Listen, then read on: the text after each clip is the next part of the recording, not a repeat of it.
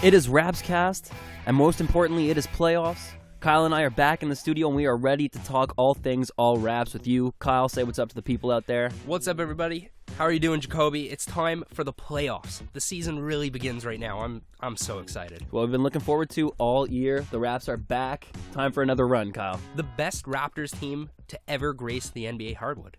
Can you think? And it's only 49 wins, but can you believe that? It's rough. I mean, it's weird to think that they're better than they were last year. You know, record-wise, it didn't like the excitement level. It didn't feel that way just because last year we started terrible and then we finished amazing, and we got so hyped for the playoffs. Yeah, and then this year it's the complete opposite. I'm sort of looking around scared. Yeah, but you know what? The silver lining is, in these last few games, we've played really nicely. Yeah. And a lot of our players have found their groove, and we have good things to look for right now. So, anyways, let's just jump into the episode. Sure. So, we're going around the league first, and this one's kind of fun. It's not Raptors, but the Bucks, Milwaukee Bucks, have redesigned their entire team. As we know this year, they've been using the hashtag #OwnTheFuture because they're a really young team, really promising under Jason Kidd. And now, you know, similar to the Raptors, how midseason we went with We the North, they've completely redesigned their logo. They're going to have new jerseys next year. And so the first question is, do you like it? I like the logo. The logo looks pretty sick. The one with the M is the... What kind of animal is a buck anyway? It's a deer. It's a deer. So the M is the deer's throat, and finally, like, the antlers come in to create a basketball, and the color's the green, and the whole glare that it's giving you. The logo I definitely approve of. The colors, I don't know yet because we haven't seen the uniforms, right? But yes, definitely as far as the logos go, I think they got it right. And there's a lot to be excited for in Milwaukee, and this just adds on to the pile. Yeah, it definitely creates some fan excitement, and, I mean, the logo's really nice. Really cool. Like, they made the Buck, which I always thought was like one of the worst team mascots, but no, they made him look like he's gonna eat you. Vicious. Like, I am scared of that new Buck. It is intense. And it's in the glare. He's got those. He's gonna kill you. And there's like intricate design to it too. The antlers make a basketball, and their third logo, which is an outline of the state. Unbelievable. Really nice. Really clear. I like everything about it. So here's my next question about it. What do you think is better, their redesign or the Raptors? I don't know. Theirs, maybe I just saw theirs a little more freshly, okay. and so that that made it have a bigger splash in my head. I think the difference in colors is definitely bigger for them than it was for the Raptors. It's completely different. They're going, one's trying to be like cool colors, black and gold and red and all these really dark undertones. Yeah. And they're trying to be very vibrant, but at the same time, they kind of are playing to that same appeal, you know? As in terms of changing it up. Changing it up, and they're both trying to look really cool, but in different ways. Well, I'm more of a vibrant guy than a dark guy, I would say, generally about my personality, so I'm going to have to go with the Bucks and give them the upvote on this one. They did good with the rebranding. I'm excited to see the jerseys. Really, the jerseys are, in my opinion, the most important part. So good on the logo, good on the colors. Let's see what the uniforms look like. I'd say, like, put it like this. If we were to take this and make, like, stylish clothes, I would probably go with the Raptors colors, for sure. But just in terms of, you know, overall awesomeness, I really think they did a good job, and they completely smoked the Raptors. I mean, the Raptors looked like someone just, you know, got high and just drew it up in, like, 4 minutes. It was Drake. I mean, probably was high. Drew it up in, like, 4 minutes. We, the North, we use those letters. You know, the Nets, they're the cool team right now. We'll rip off their logo. We should be really embarrassed by our new logo. Yeah, well, I think we've been giving Drake a little too much creative control with all things rap. Like, after after all, he's a musician and not a basketball player. He's done good things, okay? He made the Raptors soundtrack, okay? So he's done good things. I like him as a Raptor. But he should stick to his musical stylings. Yes. Okay. So let's jump into quick predicts. Sure, man. So we got some short questions, yes, no, or just short answers. We're not going to discuss them at all. About what you think. So I'm going to start. Okay. So here's the first one. Terrence Ross finds his rhythm in the first round this year. No, the playoffs. No, it is not, no. Okay. Toronto wins the first round series. Yes. How many games? 7. 7 games. Okay. Discuss where you think Paul Pierce is going to fit in this first round. So, like, how is he going to play? Do you think he's going to get dominated on the defensive end by JJ or Tupat? Do you think he's going to, you know? He'll have his trouble on the defensive ends, whoever he has to guard. I mean, no, I mean, like, they're going to completely shut him out. The Raps will shut him out. Yeah, do you think those I don't two think should- that's going to happen. Look, Okay. I think Paul Pierce will come up big in the clutch for the Wizards. He'll be one of the more important players in the series for Washington. No question in my mind. Okay, and you think he's going to be like a force to be reckoned with? Not necessarily a force to be reckoned with, but He certainly was last year. he'll More hit so than we he'll give hit credit. shots, and he'll be tough out there. He'll be he'll impact the series positively for the Wizards for sure. Beyond any doubt in my mind. He's It's a Paul Raptors Pierce. hater. I My know. You know what? gosh. He just bugs me. He's like a Raptors hater. It's Paul. But we're Pierce, gonna talk about man. that later. So next, I'm gonna assume Atlanta's gonna win. That's a pretty fair assumption. So Toronto wins against Atlanta. You know what? I'm gonna make a homer call for the listeners back home. Yeah, Toronto could beat Atlanta. How many games? 7. 7 games. Yeah. Lou Williams, does he resign during this offseason? Yes, he does. He's going to be a hot. Yeah, I mean, if everything goes according to plan, I'm sure Masai's got his eye on that. I think he'll be a Raptor. How many again. more years of Lou Will do we have Long- on this contract? on his Yeah, no. I mean, the new one? the new one. How many years do you think we're gonna get him for? I'd say like max it out at 3, Okay. maybe 4. But he's getting, he's not young, so Yeah. No spring chicken. Yeah. And last one. Yes. A shocker. But does the team draft a point guard in the first round of the playoffs? I mean, of the draft. Masai's drafts are hard to call. Yeah, he's sneaky. They could use a young point guard in the system, absolutely. Third string point guard. Well, soon enough like he'll be that. first string if we get him in the first round. What do you think? Do they? Yeah. No. I think that's going to be the shock. I think everybody's going to think power forward. We're going to sneak and grab a point guard first round. The thing is, it's like a gold mine of point guards in the world right now of basketball. So And every I point think- guard is good. I think we're going to take one. I hope so. What are your questions? Okay, my questions. Some of them are kind of similar, but anyway, here we go. John Wall averages 20 points in the series. Yeah, for sure. Paul Pierce makes a serious impact on the series, positive or negative. Yeah, I think he's going to be a big part of it, positively for them. How come? I think on the offensive side, he's really hard. He's really versatile. So JJ, if we give him enough minutes, could really shut him down. But putting all of JJ's focus onto Paul Pierce is a lot. There's a lot of things you got to focus. Mhm. I mean, on paper, Washington's a very deep team. And then I think Tupat actually matches up with him really well, surprisingly well. But, Paul Pierce, more so than being like just really good and skilled because he's getting older, I think he's really clutch. And just in those moments where you notice where the great players rise, he'll be there. He's been doing it forever. Yeah. Okay, James Johnson gets more minutes than Amir Johnson. Wow. Ooh. Wow. I got to think that. You know what? I'm going to say no, just to play it safe. Because, it's Amir Casey. It's Johnson. Dwayne Casey after Yeah. all making the calls. So no. No. Okay, Casey gets outcoached. 100%. No, it's Whitman. Dwayne Casey is the better coach. Is the better coach, and we'll show it in the series? Yes. Okay, Raptors get poorly out-rebounded by the Bigs over in Oh, yeah. Washington. Oh, yeah. Not even a question. They are going to get out-rebound. JV struggles on both ends against Nene and Gortat. No, I disagree. I think JV really wakes up in the playoffs, firstly, but then against European centers. So I think he's going to really just dominate offensively. That's a call right Yeah, there. I think he's going to play incredibly well offensively. On the defensive end, I'm not so sure. I think that Nene and Gortat will probably have their way. They're good players. They man. are great players, but I think on one end, it's JV's game. Gotcha. And my final question. DeMar DeRozan is visibly the best player in the series. Oh, that's a big one. Yeah, I'm going to say yes because it's going to be hard to... Are you talking about on the Raptors? Either team. Oh, I'm going to say yes. But it can be a layered answer should you want Okay, it. I'm going to say yes just because I think telling who's the better point guard in that series between Wall and Lowry is going to be really tough. Mm-hmm. So whoever's guarding DeRozan, it's going to be a clear, discernible difference. And there's not going to be anyone who's like a real DeRozan stopper. They don't have a tall, lanky guy to put, to check him. Mm-hmm. So Their best perimeter defender is Wall. yeah, So if the thing is, if they put Wall and DeMar, Rajal Butler actually, he can play D. he's a little old, isn't he? Yeah, he is old. We'll see. They got a great team. Yeah, but yeah, I'll go with DeMar DeRozan. He's on fire now. Safe to say, Kyle and I are a bit afraid of Washington here in the first round. I think I'd be afraid of anyone right now. That's just like my cautious nature. Yeah, that's just who I am. Just a wuss. Yeah. No, we're not gonna. No. I'm just kidding around, man. All right, we're gonna go to a break. I'll argue with you then. Okay, break time. Here we come. Stay put, Rapscast fans. We'll be back. Lean forward slightly. Look straight at the speaker. And listen with a sparkle in your eye, as though you might be thinking, gee, this is the most wonderful thing I ever heard in all my life. Welcome back, everybody.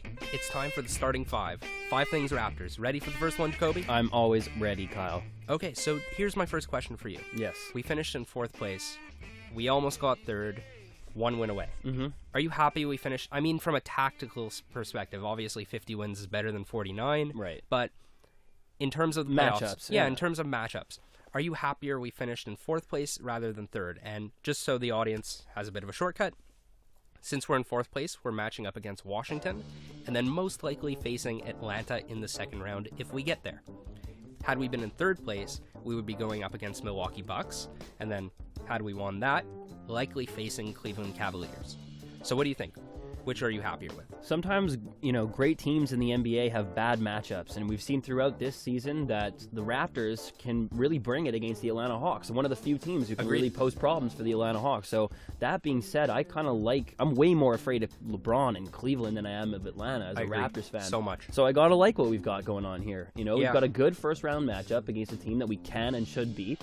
And then going into the 2nd round, they're a little afraid of us. We got to be in their heads a bit. They couldn't, they struggled to beat us multiple times, and I'd way rather Atlanta than Cleveland. I don't think we can match up with Cleveland at all. Frankly, this being the first playoff Rapscast, I'm going to go on record right now and say that Cleveland Cavaliers will win the NBA championship this year.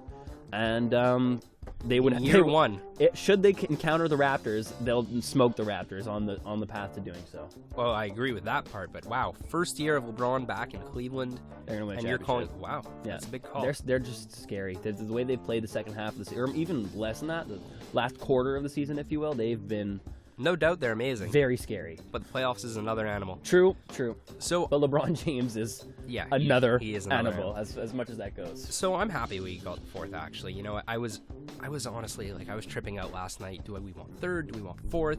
I said that I'd rather go up against Washington than the Bucks. And you know what? We talked about it a little more. I stand by that. The Bucks would really have given us problems we wouldn't be able to score against them. They're amazing. But I'm happy we went to 4th because I think that Washington is probably better than us on paper, but this game isn't played on paper, and we could win. They are great on paper, but they haven't lived up to that expectation.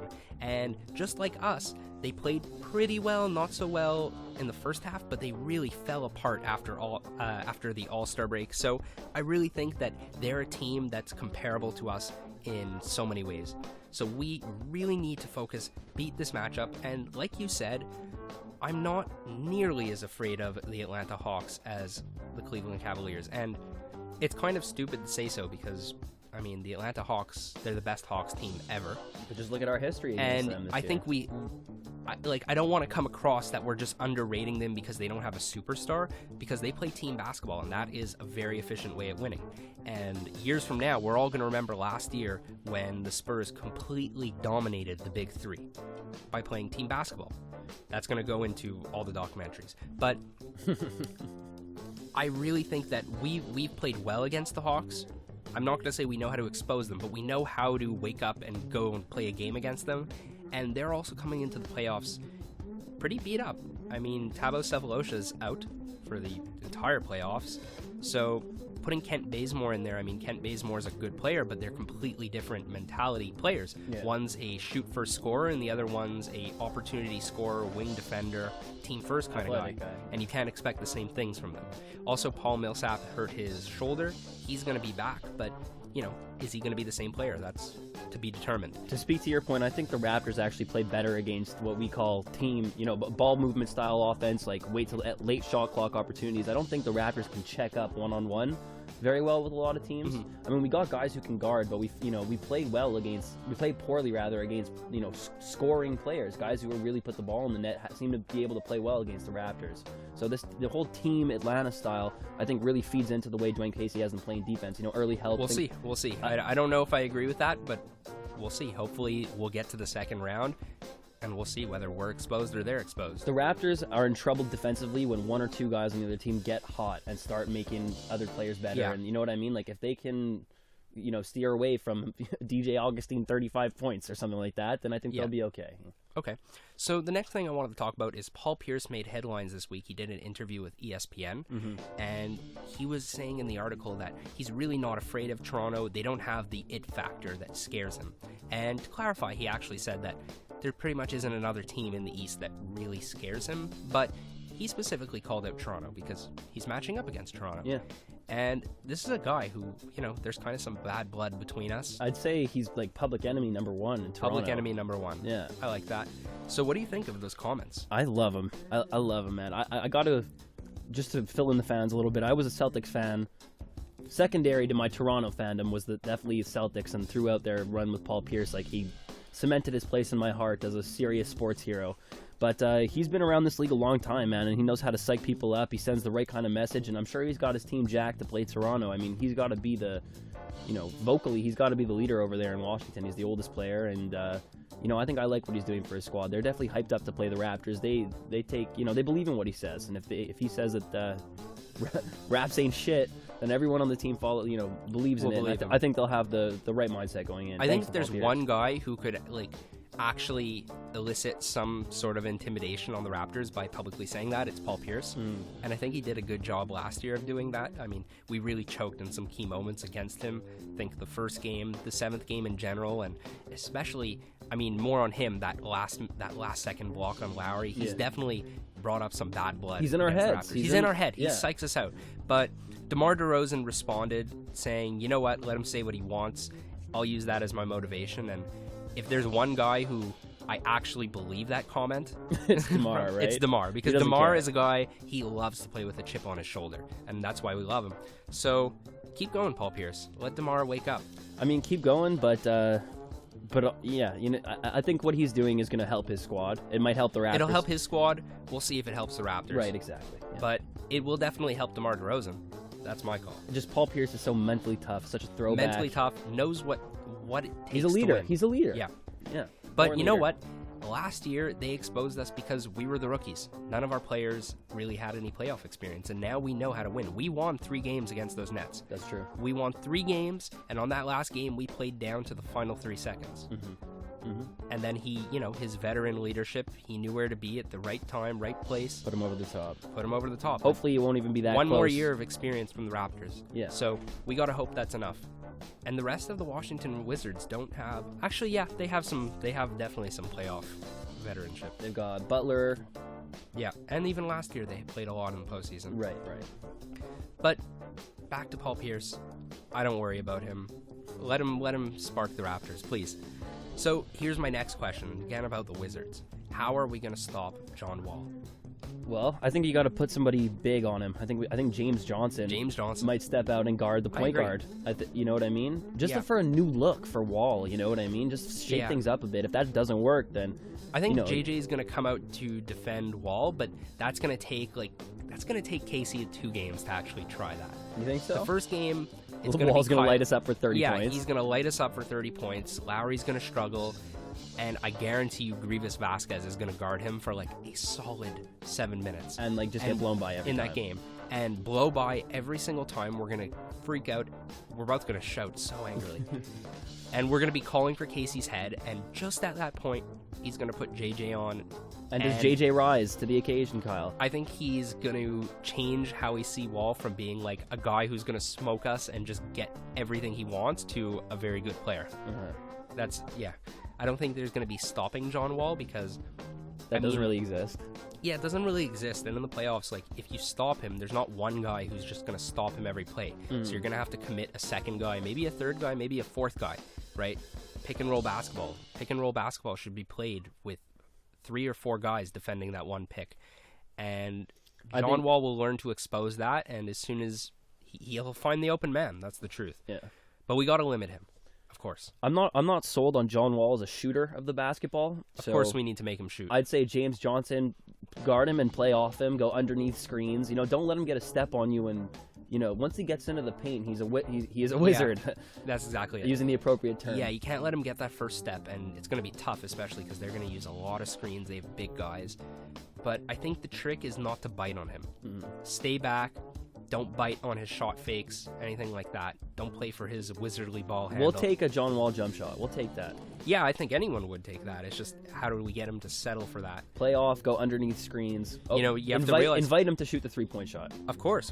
But you have to realize, not only there's that, he's obviously going to set it with a pick and roll, and then look at the other guys he has. He has Nene, Gortat, Beal, Butler, Pierce. These are all great guys who could score in many ways. Casey's got his work cut out. Yeah, I'm not very confident on that, but that's another story.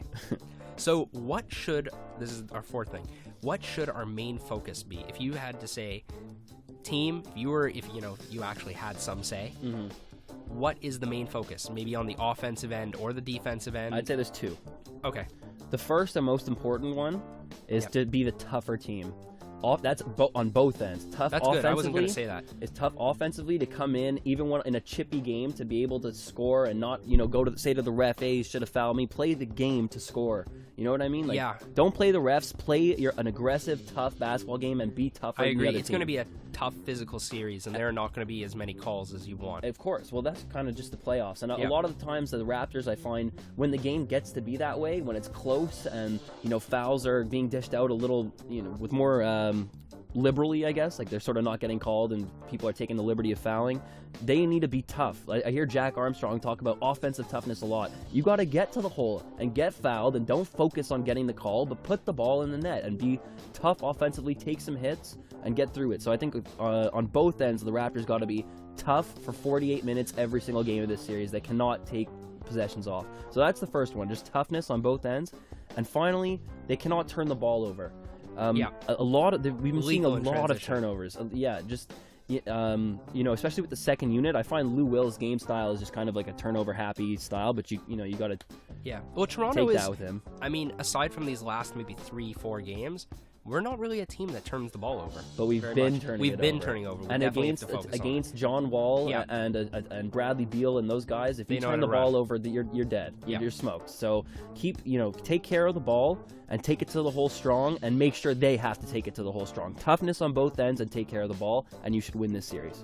If you're Toronto. Okay. My two are, number one, defensive rebounding.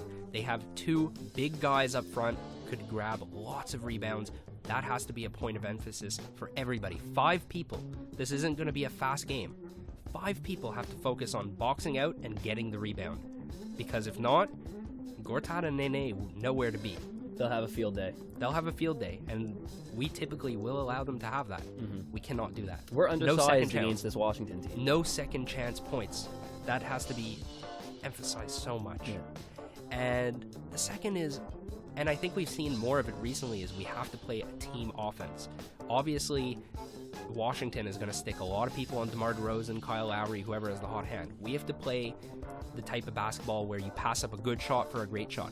And for a large part, DeMar DeRozan has been doing a really good job at that. Dishing it out. 6-7 assist games, for sure. Yeah, 6-7 assist games. Last night we saw, but he passed up so many shots to Terrence Ross for 3 points. And then, although Terrence Ross pretty much missed like 11 or 12 3-pointers, but DeMar was looking for the good shot, looking to get his buddy, going. And that's what we need from DeMar. Those two, unselfish offense and defensive rebounding. That's going to be the keys, along with yours, but I'll only say 2. So the last thing we're going to talk about in the starting 5, just to lighten things up, is Patrick Patterson released a little clothing line called Team 54, and we took a look at it. What do you think, Jacoby? I like some of the items he's putting out, particularly the baseball shirt, as I let you know. I think that's a good look. I will say this: I like his clothing line a lot better than Drake's. I agree. Drake's Raptors gear so far. Agreed. And Drake's supposed to be like an artist. He's supposed to be, But it's definitely. I think Patterson smoked them, frankly. So yeah, I think Patterson got a head up on that one. Yeah. It's some pretty dope clothes. Like if I was gonna walk around wearing some Toronto Raptors stuff, That's what I want to wear. Team 54 gear. Yeah, he made a shirt that has the Batman logo with Patman on it. But it's the old, it's the Adam West Batman. Yeah, that it's has amazing. to be specified. It's a pretty cool shirt. Yeah, sweater. and a Pac-Man t-shirt that says Patman. I mean, I'd wear that. It was pretty nice. And a baseball shirt. I mean, he definitely looked better than I will say this, wearing the OVO one. I don't like it when people promote themselves and they're... Yeah. Like, I wish it, instead of saying Patman, it said just anything else, basically. But, like, instead, now I have to show allegiance to him as a person I don't when I wear mind. that shirt. I like Patrick Patterson. No, I like him, but I don't want to... In fact, he's one of my favorite Raptors. Especially now that I follow him on Snapchat and know he loves Dragon Ball Z. Well, there you go. Yeah. I'm happy to buy his stuff. I'm happy to buy his stuff. I just think the whole Patman thing is maybe a touch obnoxious, but, I mean, I don't make clothes. He is the Patman, but, I mean, I'd buy it. I haven't seen the price, but I'd buy it. They're nice. It's pretty hot. If you're a Toronto Raptors fan, you gotta go out and cop that. That is just some nice clothes. Straight up. You see me on the street, I'll be impressed. Good on Patman being a designer. You think he should be focusing on basketball, but we'll leave him alone for that. Fair enough. Let's jump to another break. Another break. Stay put. We'll see you on the other side. Whoa.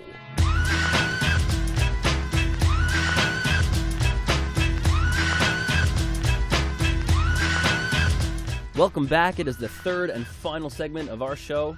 This is Rapscast episode 13, but you already knew that. And right now we are going to jump into the juicier topics. It's Be a GM. Kyle, what's on the men today? So there haven't been a lot of news going on in terms of GM, where people are going in the offseason. I mean, it's playoff talk now. But the one thing that has made it to the headlines is someone leaked that the Knicks are really interested in Greg Monroe. They say that it's pretty much a done deal, and they'll offer him whatever he wants. So they'll probably offer him a max contract, about $15-ish million a year. Greg Monroe responded, obviously they didn't talk to me because that's tampering, but I'll listen to any offers that they present to me if they're interested. So what I wanted to talk about is, do you like that fit? I mean, we've spoken many times about liking Greg Monroe for Toronto. Yeah. And most likely he won't end up here, just in terms of dollar-wise. We might not be able to afford him. So if you're Phil Jackson, if you're, head up there talking to James Dolan on the Knicks, do you like Greg Monroe going to the Knicks?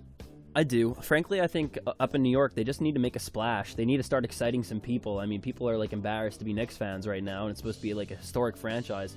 They'll benefit from him there, on both ends of the court. I think we haven't even seen what Greg Monroe's really going to become yet. I don't think he's even scratched the surface of his true potential. But he'll be a great back-to-basket man for them, someone they can build around. I mean, just in the NBA, he's the type of guy you can build around. So I think they'll make the right call with him. He is a max guy, in my opinion. Yeah, I really like it. And, as you say, spending money, but what they've said is they don't want to frivolously spend money. They've made that mistake in the past, think Amare Stoudemire. So they have to spend their money smartly. And if they want to get one big guy to complement Carmelo Anthony and fit the triangle, he is a great candidate. I would hand out money to him and then try to build around those two pieces. They have a good core in Melo and would-be Monroe. And those are players you could build the triangle around. I mean, Carmelo's trying to fit into that system, and I think that Monroe specifically is a great candidate for the triangle because he's a smart player, really sees the court well, and for a big man, he's a great passer. And the triangle offense really focuses on starting the play from that big man at the top on the pivot, and that guy has to think, am I going to go for a basket? No, I'll pass it and set stuff up. So they almost need a big guy who could sort of see the floor a little bit like a point guard. And I think Greg Monroe is that guy. He knows how to pass the ball. He knows when to pass up his shot. He knows how to get the team involved. So I like that. Then offensively, he's also just a very gifted player. He knows how to score the ball and score it efficiently. He's a good back-to-basket big. Exactly. And I can see him and Andrea Bargnani coexisting on the court easily. Space-wise, yes, it'd be a good fit. But in the long run, well, actually, Bargnani's up. We'll see if he re-signs. But I really like the fit. He'd be a good piece. He rebounds. He's smart on the offensive end. He's not so great defensively, but depending on who you put next to him, you could make up for that. I mean, he's not Amir Johnson, but he's not much worse than JV, put it that way. Right, okay. So he's not a liability. That's what I'm trying to say. People often say that he is, but that's a little bit of a misconception. That's being a little too harsh on him. He's still big and mobile. Like how bad could he be almost? He's not that bad. Yeah. I like the fit. That's what I'm trying to say. And more than I just like the fit because he's a good player and he's a good to build around, it's that if you're the Knicks, you could, like, if you are a Knicks fan right now, you know that Phil Jackson is trying to build a specific type of basketball, and he wants to approach the game from the triangle, and he will do it stubbornly, almost to a fault. So if you are trying to build that type of basketball, that is a player who will fit. And if you're going to pay someone more money than they deserve, he's the player that should get it, and he deserves that money. So I'd like to see it. I think it would be a great fit. What do you think the Knicks should go for more? A big like Monroe or another ball handler to complement Carmelo? What does the triangle demand more? Another ball handler? They need another ball handler, but get the big while the big is able to be gone. Yeah. It's a little easier to find that point guard in the league. You know, the league is stocked with point guard. Just crawling with point guards. Yeah. In terms of the point guard, I mean, you know that the ball is going to be between Greg Monroe and Carmelo Anthony most of the time, so you could find underrated talent. Who's going to be? Goran Dragic is going to be a free agent this year. We'll see if he resigns. He could be a Knick. He'd be a good fit. He's been underwhelming in Miami. Maybe he wants to leave. Even Ty Lawson. Ty Lawson isn't really a triangle guy, though, but he could be attained for probably on the cheap. But Greg Monroe, I like the fit. I really like the fit. And if I'm a Knicks fan, I am praying to the basketball gods that he winds up in that city. Because he could do well there, basically. You just want to see New York do well. Well, he wants money. He straight up just wants money. And probably wants to win too, but he wants money. They'll give him the money, and they'll build a brand of basketball that he could be a large part of. And that's something as a player you want, and that's something from the management side, you know, makes sense. So that's it. I think it's time for our favorite part of the show. It's the King of the North! The King of the North! The King of the North! The King of the North!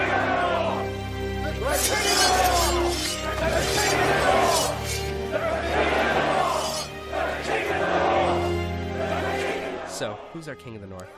Our King of the North this week is the King himself, the King of the Raptors. It's DeMar DeRozan. I mean, coming into the playoffs, he looks like he's as good as he's been all year this year. He looks fresh. He's scoring the ball. He's passing the ball. He's thinking team first. And I think he's being more of a leader right now than we've seen from him basically in his whole career. So, DeMar, well-deserved King of the North. Let's see if you can carry it over into the playoffs. We need you. Yeah, I think he is playing the best basketball that he has ever played in his career. Last year at this time, I said the same thing, and I didn't know how he would improve, but he's done it. I mean, he definitely has not improved his three-point shot, but really, as a playmaker, he's just seeing the court a lot better than he did last year. Last year, we saw him take mid-range shots and get to the basket more, and ones a lot more. And he integrated his team a little more at the end of the season. But this year, he's doing it to just such a higher level. He's playing such efficient basketball. He's passing up good shots for great shots. I think he's maturing. He's maturing. He's setting up his team almost sometimes to a fault. Sometimes he will always set up a player, but he'll feed a guy like Terrence Ross more than he should, just for the sake of, I got to get this guy hot. Right. I got to get him in his groove, and I'll do what it takes, because if we don't score on this play and we score on the next play and he's a part of that, then, he'll find his rhythm. And he's matured so much.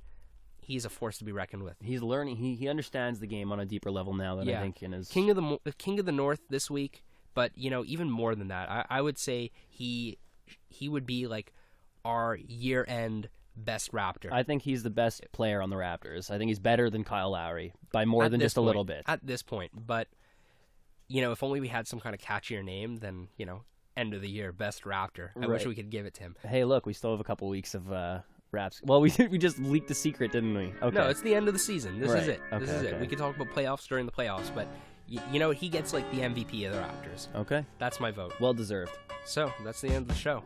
So, we're Rapscast. We're on pretty much everything. You could follow us on Tumblr, Facebook. That's Facebook/Rapscast.